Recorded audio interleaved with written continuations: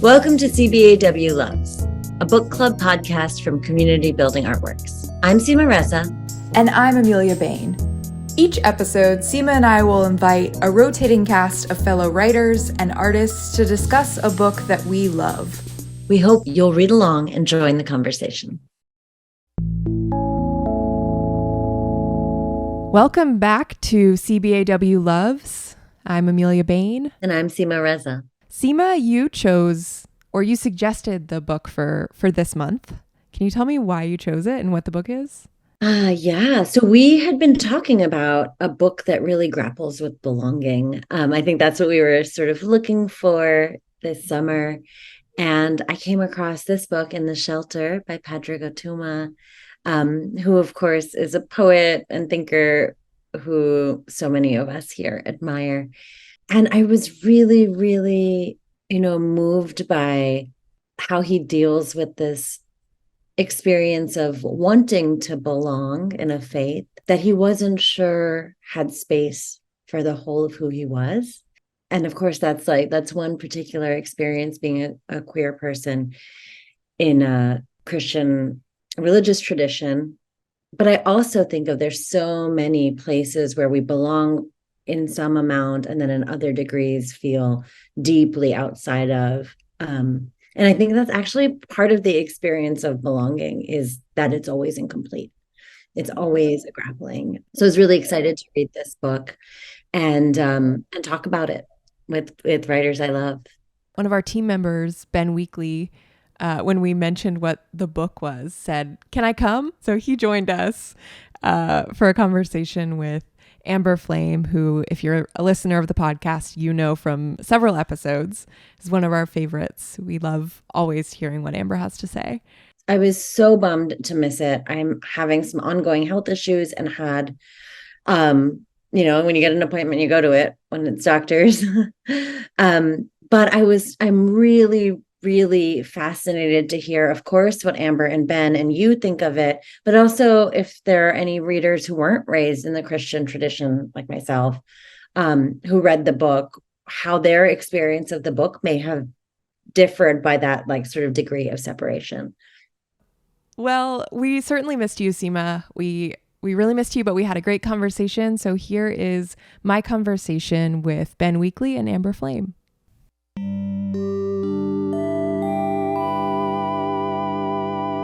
I'm Amber Flame. I am a interdisciplinary artist and also an arts administrator. I work for Hedgebrook, which is an elite residency for women identified folk on Whidbey Island in Washington State. And I'm the program director there and an alum and a writer, among other things. And I think for the purpose of this podcast, I'm also was raised in a fundamentalist Christian church, and I'm gay. So I felt an affinity to this book in particular, and I'm glad to be a part of the podcast. So I'm Ben Weakley. I am a 14-year Army veteran. I spent time in Iraq and Afghanistan and the Pentagon. Retired a few years ago, and I'm now a poet and author, and I'm the director of development for Community Building Artworks. And I was raised in the Methodist Church, so kind of mainstream Protestant Christian, which is how I came into this book, and found that kind of an interesting entry point into the book, because Protestantism versus Catholicism. The author has a lot to say, not just about Christianity, but Catholic upbringing, and a lot of the questions and kind of conflicts, I guess, that come into that. So I found it really interesting with my faith background, and kind of how that played out as an adult for me as well. Yeah, I guess I'll just share my background as well. I'm Amelia. I like to say I grew up in the South in a Baptist church, but I was not Southern Baptist. So it's a little less we had like women clergy. There were some gay people in our congregation, quietly gay people in our congregation. But I found this book an incredible read. I think it's one that I'm going to need to revisit. I'm going to need to like return to this book to figure out how I feel about it again and again. I related a lot to um, the storytelling of his queerness. I'm also a queer person, and how that story changes over time and continues and needs to continue to be rewritten and re-understood. And Ben, I know you were familiar with Pádraig Ó Tuama's work before, because when we announced that this was the book we were going to read, you said, "Can I come?" or something like that. You were like, "Can I be in this episode?" Where did that come from? Like, what's your background with this writer? So originally, in fairness, I just asked to lurk, and not make you all suffer listening to my voice and my thoughts. And I am familiar with him and his work as less of a religious thinker and more of a like conflict thinker. So, like mediator of opposing sides, and kind of have read about the work he has done in the Corrymeela community, kind of bringing the Protestant and Catholic voices together in Northern Ireland, and I'm fascinated by just given my background and some of the things that places I've been, things I've seen and been in the middle of. I'm fascinated by people who can bring together such divergent backgrounds, not opinions, not voices, not perspectives, but like identities, right? That are so opposed across conflict, and be able to hold them in community together. And so that's my fascination with his story and his kind of thinking and work. And that actually kind of only deepened as I read the book. It was interesting. It's sort of like I felt like he really, in the shelter, he kind of opens up the hood and you see sort of the spiritual guts behind like where that comes from, where his ability to do that, to see people who, so for instance, like to see people who see his queerness as unacceptable, or in the context of church, unholy, or wrong, and still be able to hold dialogue with them. And that's fascinating to me. I spend most of my time reading, like I said, fiction, usually by Black women. And so especially like lately, just fiction and essays by Black people.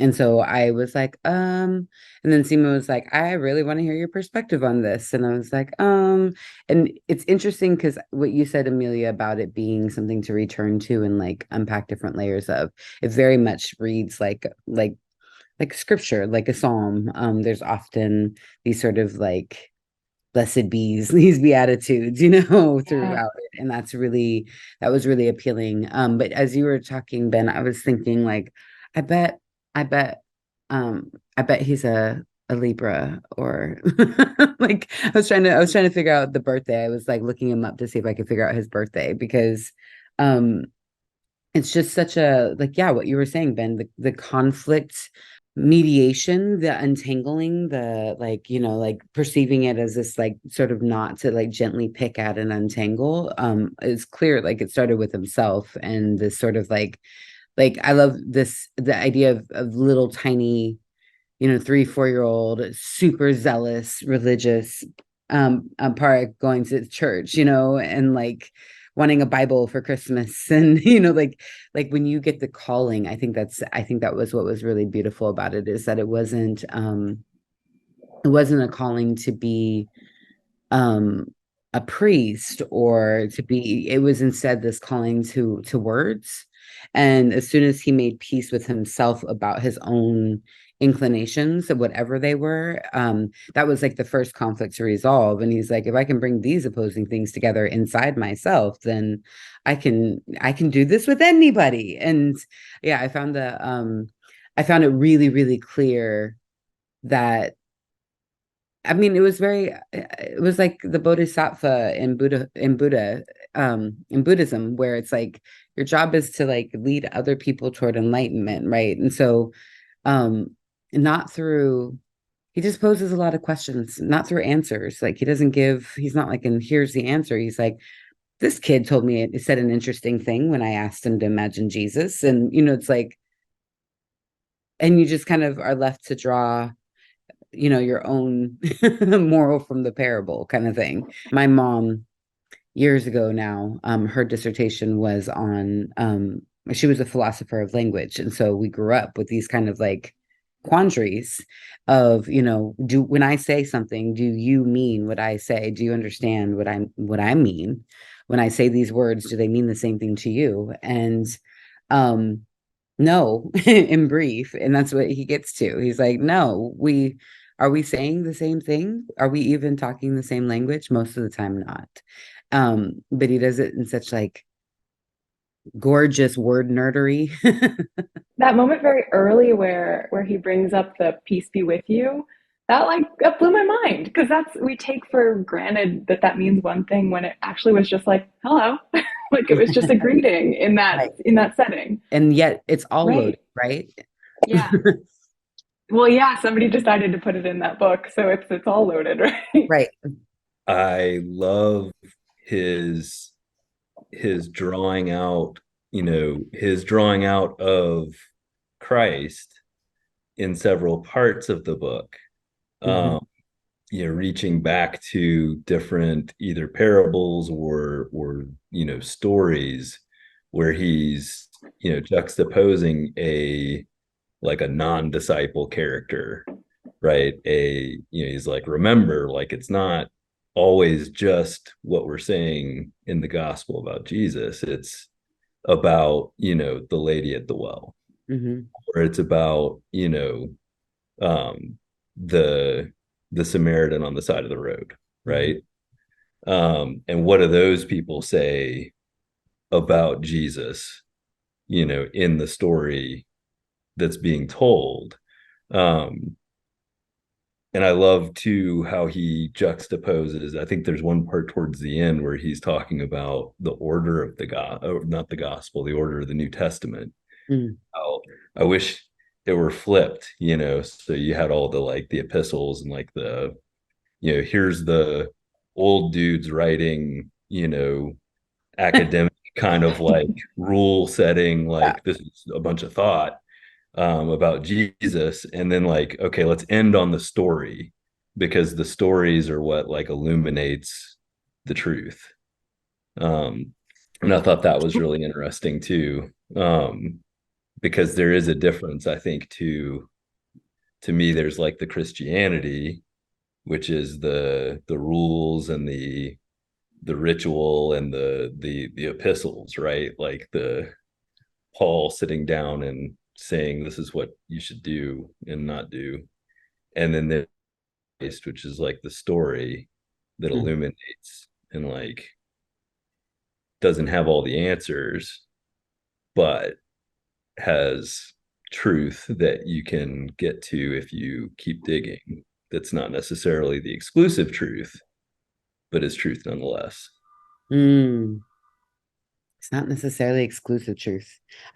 You keep reminding me of like one of my favorite lines in the book is the moment he realizes that not all Christians believe Christians are Christians. Yes. That was so great. Not all Christians believe Christians are Christians.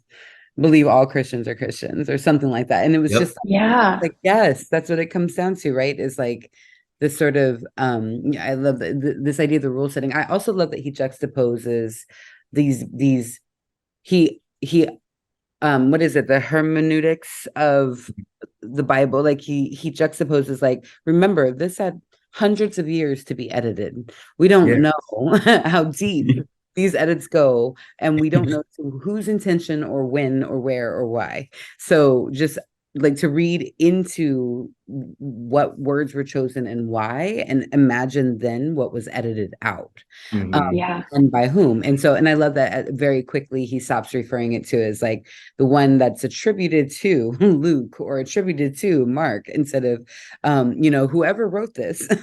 Yeah. Yeah. Like this sort of broadening our understanding of like Huh. the gospel truth, and the juxtaposition of that with like I love the exercise of putting his students or his participants or whatever into the stories, like having them enter the stories in their Yeah. imagination, and like discovering what role they are inclined to take, like the one who stood in the corner and watched with jealousy, as this woman, like was overcome, was hysterical, right? Who was breaking expensive oils and crying on Jesus's feet, like, Yeah.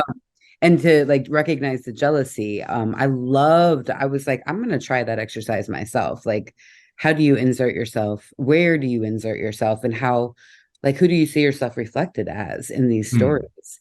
Yes. To put it as that question back to us instead of um here's what this story is supposed to tell us. There's no prescriptive, here's what the story is supposed to tell us. It's like, perhaps it's a story of this. Hello, goodness, hello, this, and that sort of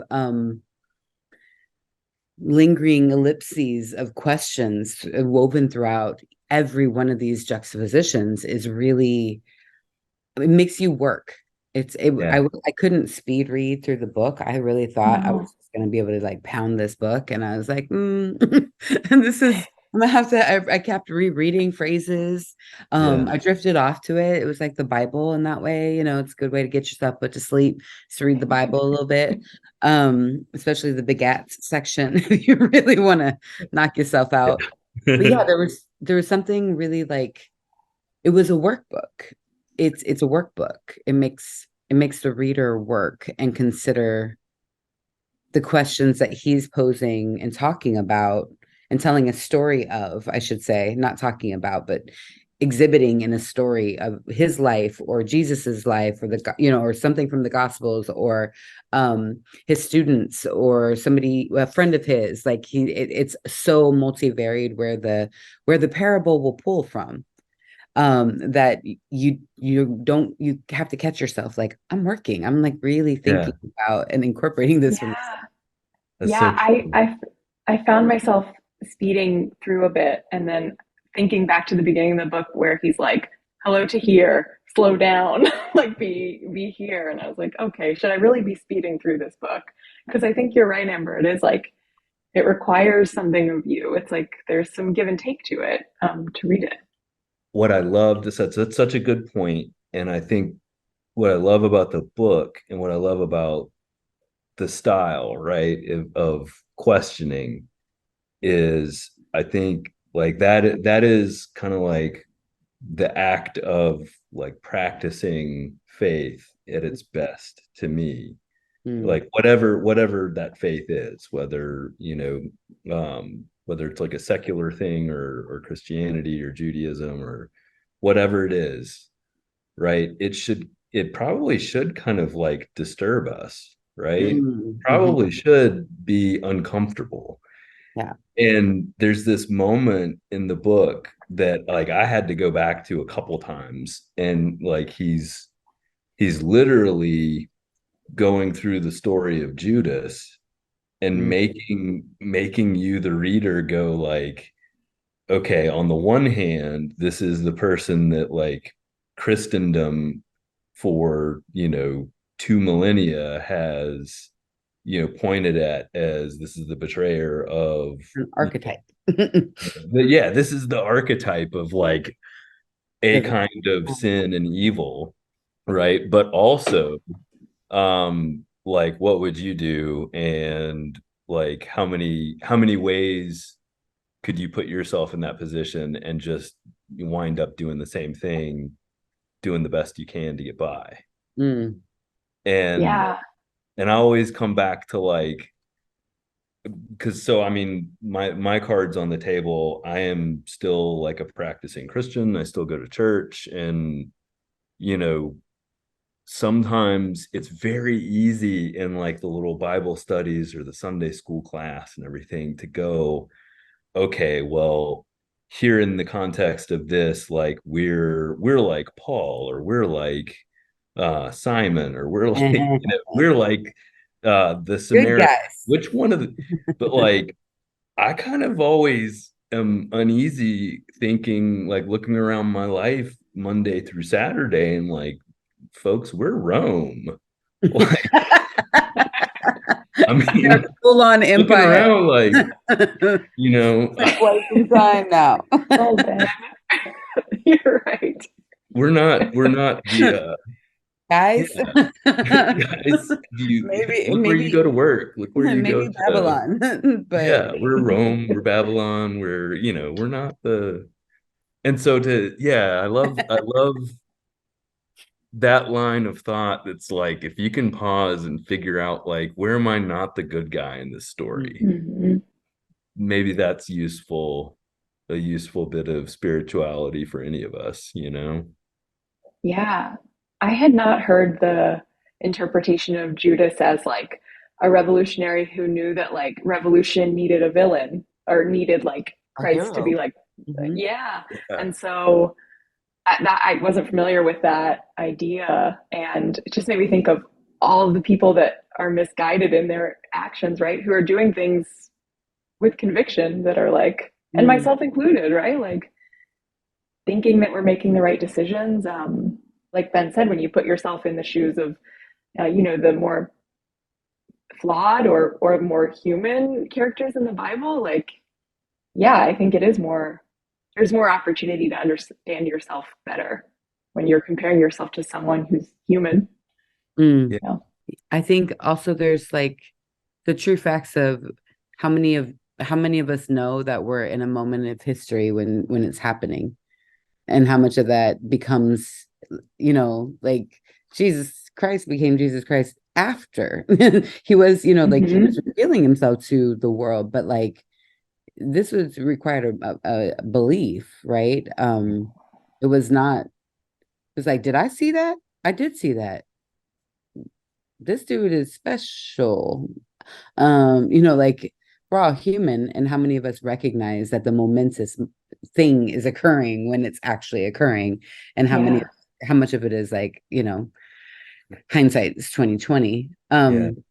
I also love that, like, I don't know, I'm fond of the Judas character, because I think I had also never heard it phrased as like maybe he was a revolutionary, maybe he was like, the Malcolm X to Jesus's MLK, like that was really cool to have that position that way. But it also reminded me, I'm looking on my bookshelf, it's somewhere, I might have pulled it. I regularly reread Lamb by Christopher Moore. I don't know if you've read this, Ben, but you probably really enjoy it.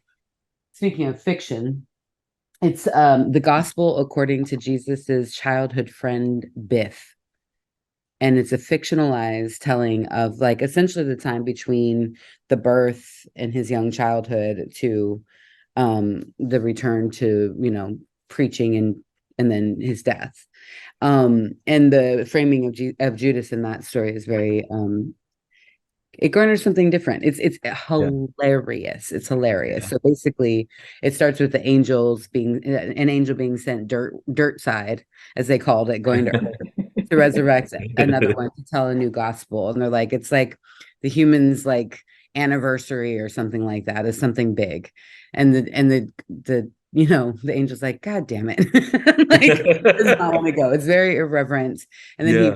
he, like pours the water on the ground and the dust storm, and there's a man all dirty and naked, and he's like, how long has it been? And he's like, 2,000 years. And so he decks the angel, right? Because he's like, you bastard, you're late. So um it's brilliant. It's really, really enjoyable read. I highly recommend it. I've given it to lots of people because I love this book. It was given to me by my best friend. And it's so like he does his work. I think that's the thing that I also appreciate about In the Shelter is like this weaving, like it's that whole thing of you know what it's about from the beginning. So it's not like, well, ta-da, and there we got it to this end of the end of the journey. And here's this conclusion that I'm making. It's very much like the weaving of a shelter together. Like it's a very careful unpacking, the cyclical looping back to the cave and this idea of shelter and his fear, his name, the deconstruction of his name, that was like meaning tomb. And like, I mean, just his, like I said, his wordplay is so really enjoyable and exquisitely done and like open. Like it's not you have to be smart to understand it. You're like literally in the story and you learn something new about a word and its meaning, its multiple meanings. And I have a book where I'm using a bunch of words that are not translatable directly into English to like propel the poetry forward. And I did all this research. So I'm definitely like you're going to learn so much by just unpacking the word with him. And like both the word lowercase, the words, but also the word, the word of Christ, which is heavily edited. Like I keep coming back to that, like what?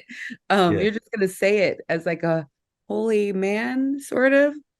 And this idea of being good.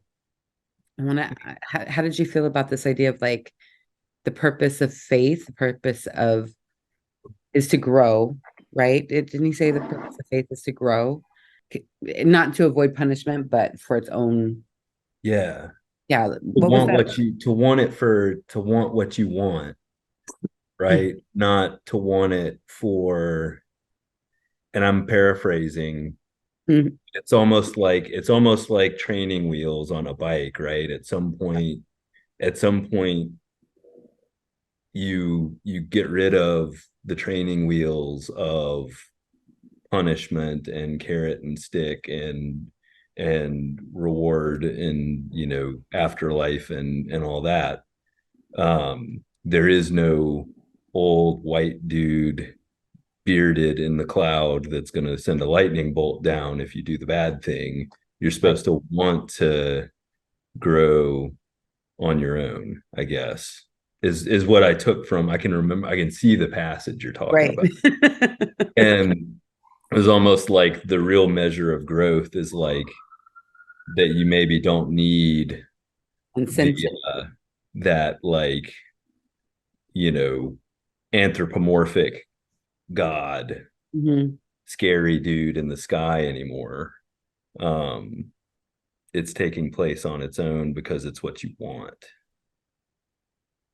Mm. Yeah. I thought that was so, there's a passage in there on early that really shook me on, as he's kind of like grappling with himself and who he is, and I think he's like in his teens, and he's aware, I think, that he's homosexual, but he doesn't necessarily, I don't think he's told a lot of people, but it's kind of like he's almost like he knows it, but I don't know if he can even say it to himself. um and he's talking about, again, I'm paraphrasing, but he's like, I'm just a man standing in my anger, basically like wondering if it's okay to stand in my anger. um and then the very next passage is a friend of his asking, what's the thing you want most in the world? And he says, to be happy. And he says, what's the thing you want most in the world? And the friend says, well, I guess it'd be to be holy. And in his teenage mind, he goes, well, I guess I answered the wrong thing then, huh? Yeah. And he had to grow out of that, like, holy to happy, like all that mess, how he kind of grows into that, like, you know, the spiritual, path is, ultimately to get happy enough with yourself that, you can give to others, right? So, They're holy. right? So one is not necessarily exclusive the other, but to me, it shook me because to think that, like, and I'm 41 years old, grown man, and I still, inner places where like it's not okay to be angry, right? Like, no, it's okay. Like, it's not okay to do some things, that are unacceptable because you're angry, but like we have some of these kind of like Christian tropes where like some of these things are not okay. Like, it's not okay to be angry. It's not okay to be excessively sad. It's not okay to be not okay. Well, actually, like if that's what you are, like you need to stand in that, right? That needs to be okay. And so it was really powerful to me to see that, like both that struggle, like wanting to just stand and being an angry, confused, teenager, dealing with identity, but also like being able to say, like, I want to be happy more than anything else. Like being made to feel wrong for that. Like all that stuff in there was just a beautiful way to put, I think, a core contradiction between who we are and who we were made to be as people and this kind of institution that says what we should be. I think the hardest part I had with the book, the hardest time I had with the book was like, I was like, you care a lot about people. And I care less about people. I'm really trying to keep my connection here. Yeah, just like, what did Maya Angelou say? She said something about like, not all people are trying to grow. Like, you know, you're gonna, you got to seek out the people who are willing to change and grow and question, um, and listen. And, like I said, as a conflict mediator, mediate does not is not problem solve, like the idea is not to like get to a solution and have everybody agree. And I'm an absolutist a little bit, sometimes extremist maybe, in my thought, and I'm like, well, if we can't agree, then we're never going to save this world. Like, um Buddhism believes in this, like, in world peace through individual happiness. And I'm like, that's just like, that's a nice idea. I've been practicing Buddhism for 20 plus years. And I'm like, it's a nice idea. It's hard to imagine that we're going to have like a sudden consciousness shift. And then things like, the pandemic happened and you're like, oh, um, global change happened, whether for good or for bad. We all experienced something that changed us deeply. And then I'm like, and the results of what we'll do with that is very dependent on the person. See, people are trash. And yeah, it's a battle that I have with myself. And as I was reading, I was very much like noticing his compassion and his underlining of compassion as like the central theme, compassion for yourself. The need to hold differing and oppositional parts of yourself and other people, and to not have to reconcile them. That's essentially the grace that he is talking about. To allow it to be both and I have a really hard time with that. Like, I frankly, it was just like, this is taking the time to listen to people that I think are stupid because we're so like, we're so far away from each other's ideals. So like the example I have is like, I love my aunt and uncle very, very much. And they are like anti-vaxxers, Christians living in very rural southern state. And I go there, I go visit because as family, we go visit, knowing that we might be that I'm like the blackest thing they've ever known, and also the queerest thing they've ever known. And now I have a child who is black and trans and wanting to be, called by his name and his pronouns. And God help them, they're trying. Bless their hearts. They really are. And I feel that effort of love. But it was like this summer sitting there in like triple digit heat, my uncle is saying, like, I don't believe in climate change, but it's getting harder to deny it. And I was like, oh my God, like this is a awareness. huge moment. awareness. The light, the crack through which the light creeps in, or whatever Leonard Cohen said. You know what I mean? Like, Yeah. moment where it's like, oh my gosh, this is how it happens. This is how it happens. And it's like, God, it's such patient work.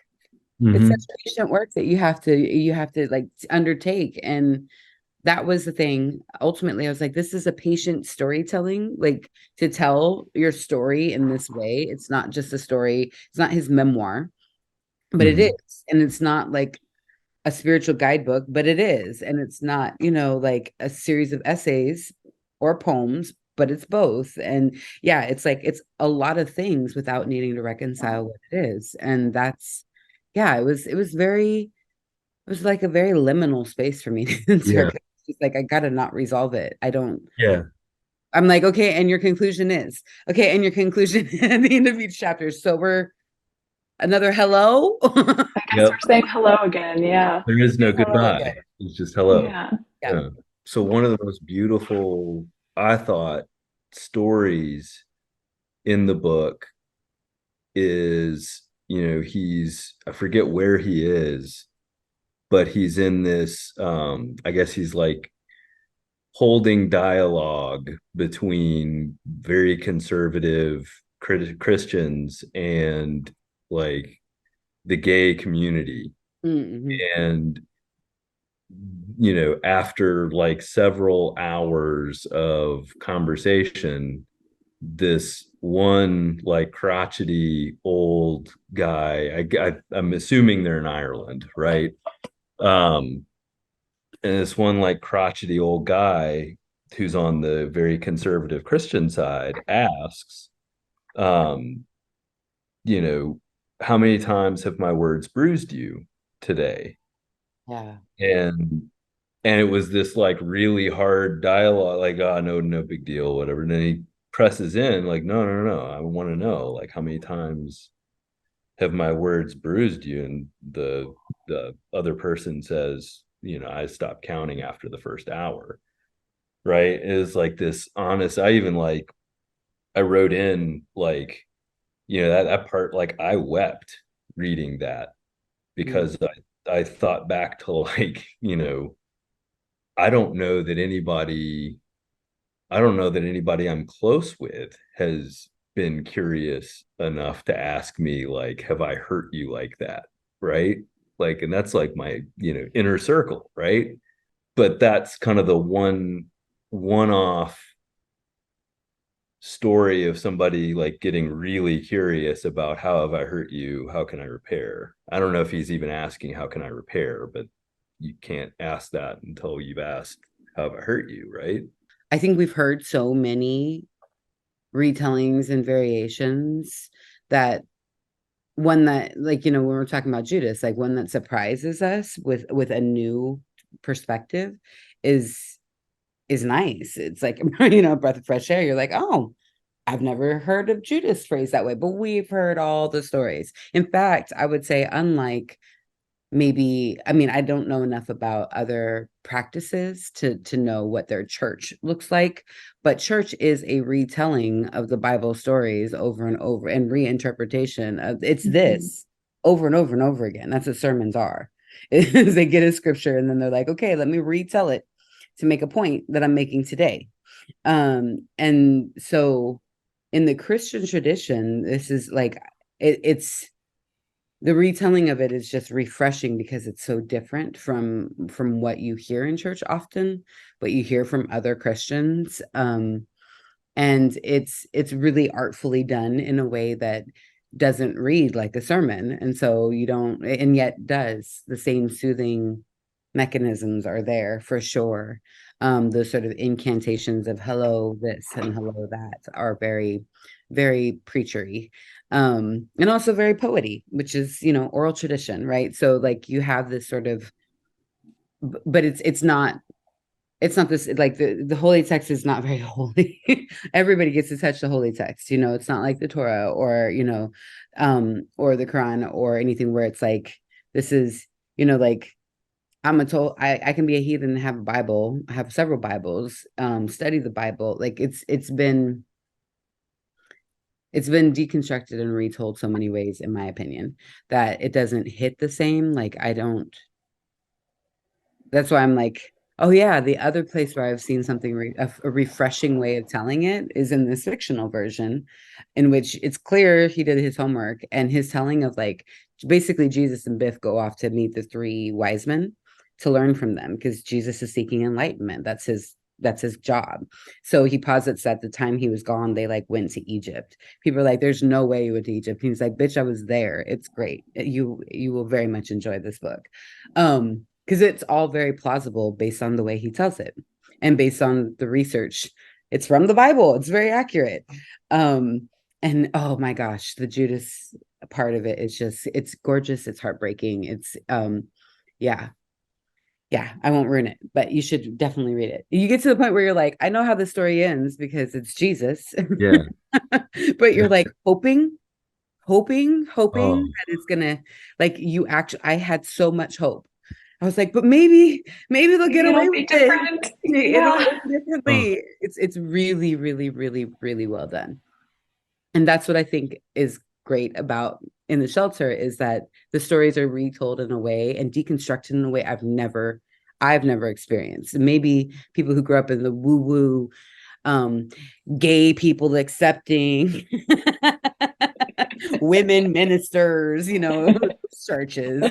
Maybe they had good stories, but our stories are very like punishment focused, or like praise focused, which is, like they were good because they followed God's rules, or they were punished because they were bad. I can report back from the gay accepting women clergy church experience that every once in a while people would try like a more updated retelling, and sometimes it was really not well received by the more traditional people in the congregation. Like there was once the pastor, he retold the story of the birth of Jesus. I grew up near the water in like a crabbing town, and he retold it as, instead of laying the baby in a manger, the baby was laid in a crab pot.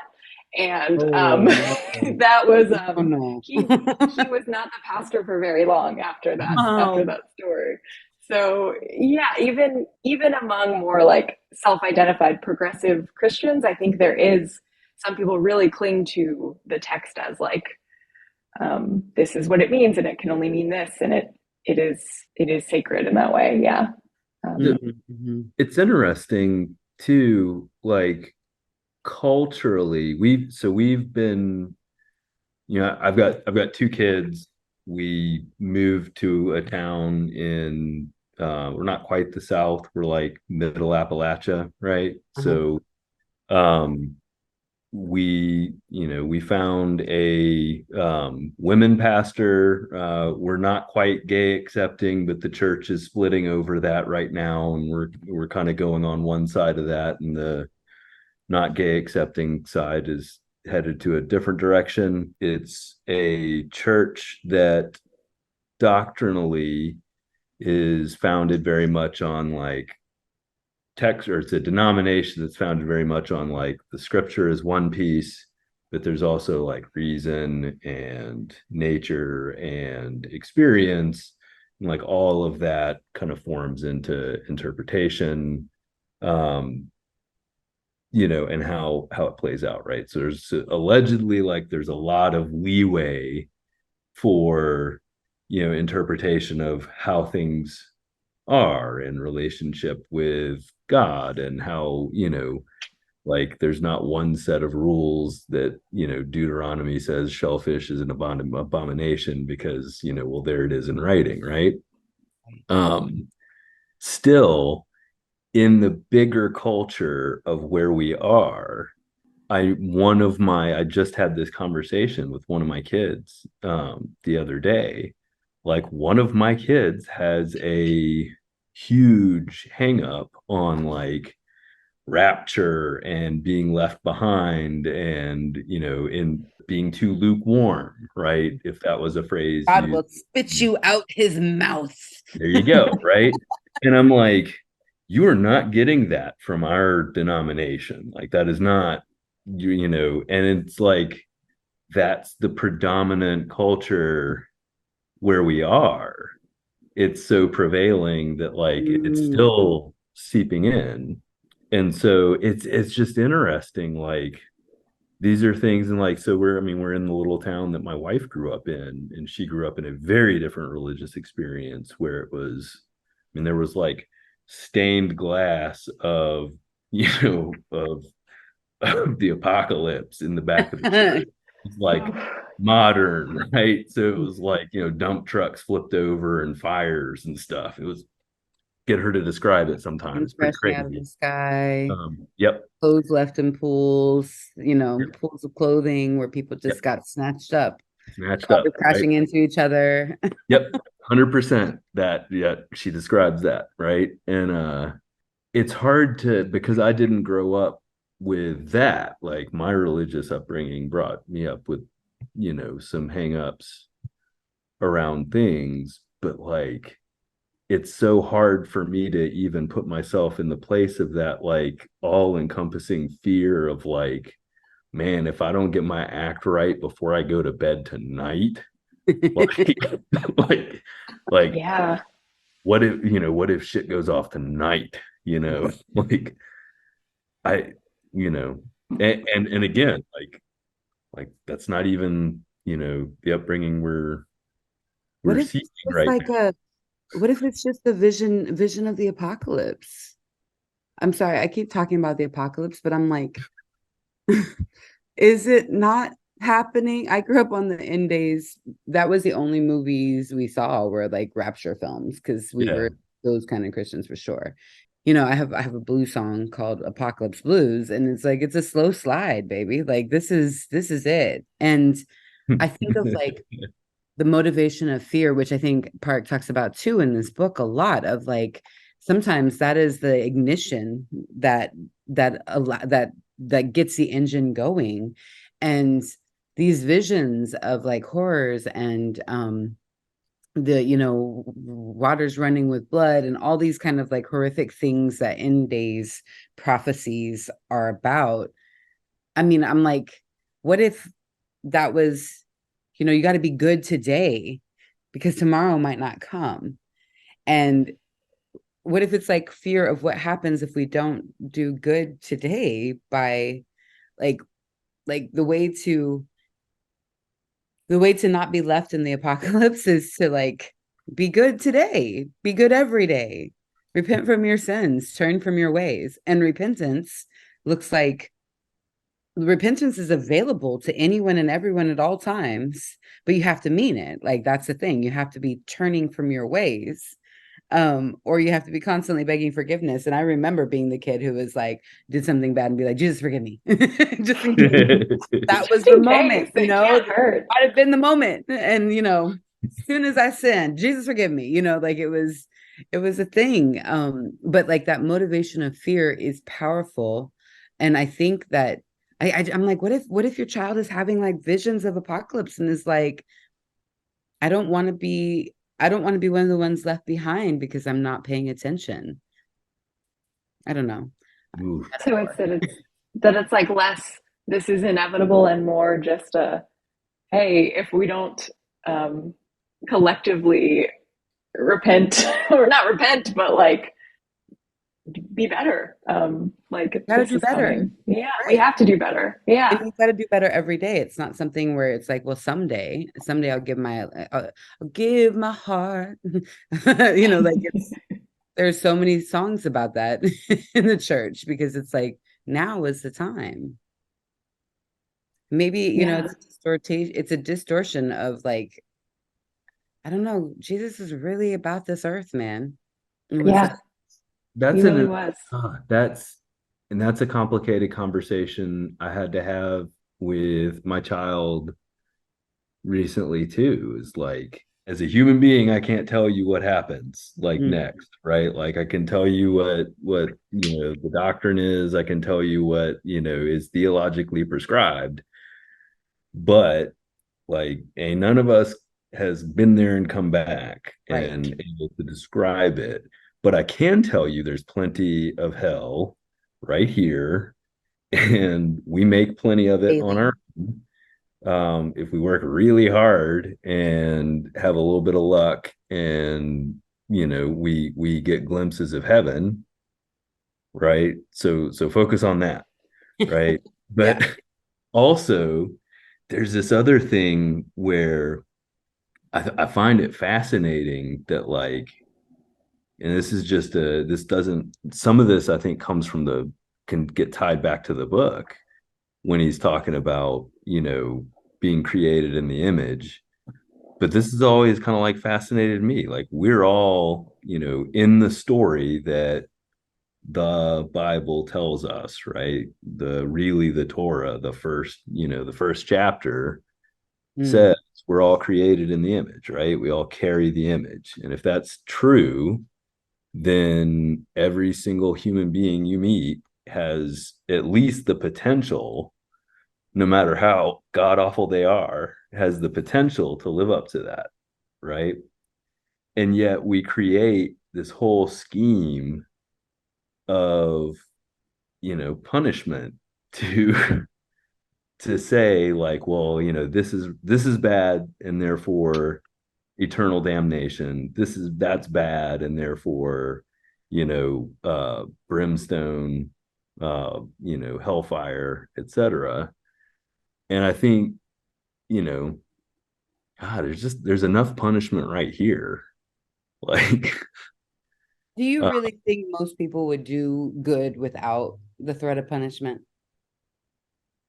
At this late stage of capitalism, patriarchy, in my heart of warmongering, and you know what I mean? Like, there's what I want to believe, right? What I want to believe is, yeah, absolutely. I want to There's believe like too. what I've seen. Oh, hell no. No, yeah, Like, same. I mean, Yeah. that's the dilemma, right? Like, Right. That is there's the crux part of of me that like wants this to not be a god awful shitty place, wants to believe that, the part of me that, like, saw what happened in Iraq in yeah. 2006 and 7 and knows that, like, but for the grace of God, there go we, could be us tomorrow. Like, no, that you Oh, need a what about system of that rewards moment? and punishments. Sorry, Ben, you just reminded me. What about that moment in the book where he's talking about the woman whose son is sick and Uh-huh. gathers the prayer warriors to pray, and the son gets better and is about to testify in church and say Uh-huh. it was the faith of the prayer warriors, and there was the woman whose son did not get better despite the same prayers. And who, like, it reminded me very Yeah. much like, but for the grace of God, like, is it the grace of God, or is it just like pure luck, like lightning struck That, here and not there? it's so important. He tells it twice. Yeah. But also, like, he says that that woman still says the like thankful. She changes her message a little bit, but she still has joy, even though she is sensitive to that other mother who it didn't things went differently for. And that's something I think about a lot. Is like, especially, Ben, like you said, there's plenty of hell here, on this planet, and like, how do you hold that reality in your mind, but also like experience your joy in ways that you can. Yeah. I don't want to be like, I think that great change and great shift are inevitable. So why not a positive one? And I think that for a long time we thought, to your point, Ben, like that we were like maybe one step away from goodness. Like if we could just turn and go one step, if we could all gather hands across the globe and sing together, we are the world, then we could, like, I think that we are in the last vestiges of clinging to that idea that we're not too bad. We're only one step away from like being a much better people. And I'm specifically talking about United States, like in our society, our culture as a whole, which is varied and multi-hued across the United States, right? So in our own little bubbles, none of our bubbles are bad. Like, I don't think that there's really actually like evil bubbles clustering across the United States where they're like, let's be evil together and destroy the earth.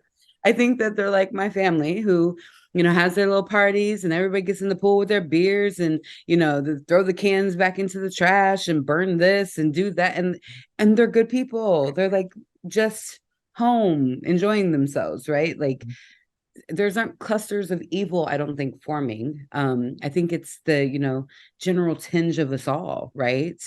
um and things happen like global pandemics that take out 1 million plus people in a very short period of time. And I go, is that not a global shift? The earthquake happens and takes out tens of thousands of people at a time, and is that not a global shift? And I think the awakeness is the call of the book. And I'm asking this. I'm like trying to, like, what is the point?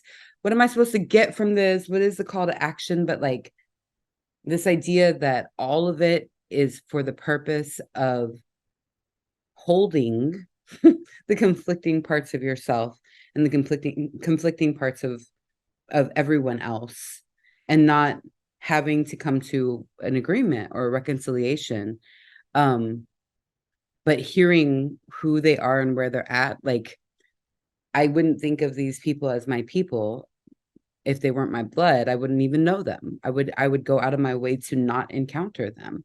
Same, vice versa. Like they would do Right. I am not the person that they are seeking out in their lives. And yet, because of this, wasn't there some grace born? And who knows what the ripple effects will be? I won't be here to see them. And I think that's like, I don't know. I love the like magnitude and the smallitude. God is big and God is small. The big and the big and the small, and they spoon each other. That's the image that I got from that little piece, was like God is the big and God is also the small, and they hold each other. And that was like, I saw big spoon, little spoon, and it's God. I think of God the shapeshifter. Like I think of, if we're all in the image of God and we're also very different, then God shapeshifts to meet us. I love that idea of like the kid who goes to France and sees French people and who are like, well, who made them? Yeah, Who yeah. made the Protestants? They're bad. Like, what God was this? Whose work is this? It's very that's the question. Like, who, what God made this? And is it God like? And God is a wishy-washy character. I feel like Jesus is much more concrete in this book than this concept of God. And I think that was purposeful on Pádraig's part. Like, I think that was really skillfully done. The idea of sheltering in each other and people sheltering in community struck me with the mission of what CBAW does, what we're trying to do, what our workshops, the intention of them. And I was just thinking about that section, Hello to Story. And I love this quote: "The past is the unfinished story that keeps us changing." I was listening to the audiobook and I had to rewind it multiple times to listen to that again. And just in the, art workshops, writing workshops that we have each week, people come and they write their story, but it's not over, right? Like they come back to rewrite it as the context changes, as time continues to progress. I just thought that was a really powerful idea. The story that keeps us changing. When I think of and or try to tell stories of the past, it's almost always with the framing of, and now I know better, or what I've learned, and from that I've drawn this conclusion, like I'm trying to do with this book, of like, what's the point? What's the story? What's the message I'm supposed to get? The investigation of my past leads me often, I'm like, I don't want that to be true about me, so I'm going to change it. Like, or I don't like what ended up happening because I behaved that way or because I made that choice or whatever. And so I'm going to change it. So the past is informing my decisions, hopefully towards the better, towards growth. But I think that's like a really elegant and simple way to put, like, essentially, if you don't know your history, you're bound to repeat it. And so to get us out of the loop of just doing the same thing and being like, I'm good, I'm fine. Any investigation of your past goes, you know what? I think I'm going to change. I think I'm going to do differently. Or, it's why we don't put our hand on the burner after we've done it once. Why we don't light the dumpster on fire after that one time playing with matches. And then you learn what happens when you throw them in the dumpster and you're like, won't be doing that again, like those kind of things. It's how you learn. You fuck around and find out, right? So the past is the story that keeps us changing is a prettier way of saying fuck around and find out, right? Yeah. I think I like fuck around and find out more, but it's definitely more that's direct. the radio edit. The radio version is this one. I don't know. I think there's a generosity to it, like for some. I mean, this can, it's a careful line because it can be abused, right? But for some who carry things, going back and revisiting the narrative can be an act of generosity towards the self. That can be necessary. That can be necessary, as like the first act in opening up to becoming a better human, right? Like, I think often the reason assholes are assholes, there's a lot of self-loathing and stuff there, right? So going back and finding a way to be, generous or gracious to that which we're ashamed of, or that which we're not proud of, or that which we wish we had done differently, but being able to unpack it through story and go, okay, but I understand, I understand me and how I got there and why I got there, and maybe I don't want to do that again, but I can let it go. Yeah. If everyone was doing that, right? Like if everyone was engaging in that self-reflection, then maybe we get closer to that world that we're all hoping for earlier, where we are closer to good. But yeah, the idea of sheltering in the shelter of other people is where we live. That idea. Yeah. Story, not to just to riff on that, because what you said makes me think this, story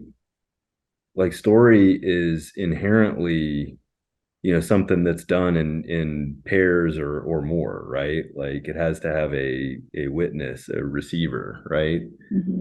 So like when done well, like there's a compassionate party there, right? That's helping you just hold that, or that's receiving it and going like, all right, yeah, I hear that.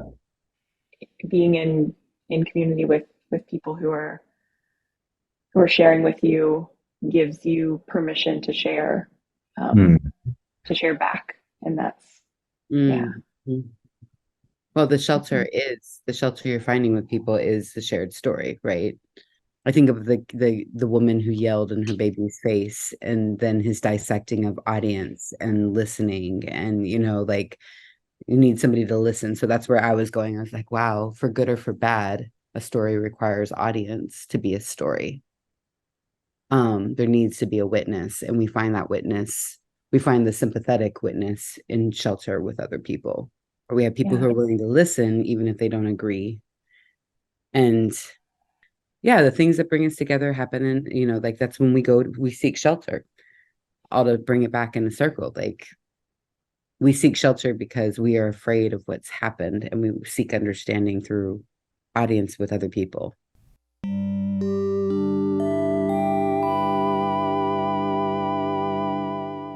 Thanks for listening to this episode of CBAW Loves. A special thanks to our guests, Ben Weakley and Amber Flame. Next month, we're going to be reading Monstrillo by Gerardo Samano Cordova, which is I think our first fiction book, a novel that I really, really loved.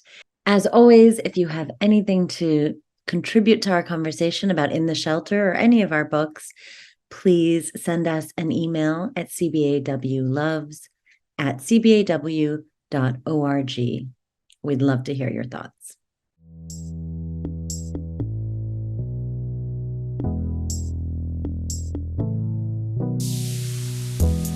CBAW Loves is a community building artworks podcast produced by Amelia Bain with music by Rose Blakelock. CBAW is committed to mission belonging, reconnecting veterans with their communities. For more information, visit our website, www.cbaw.org.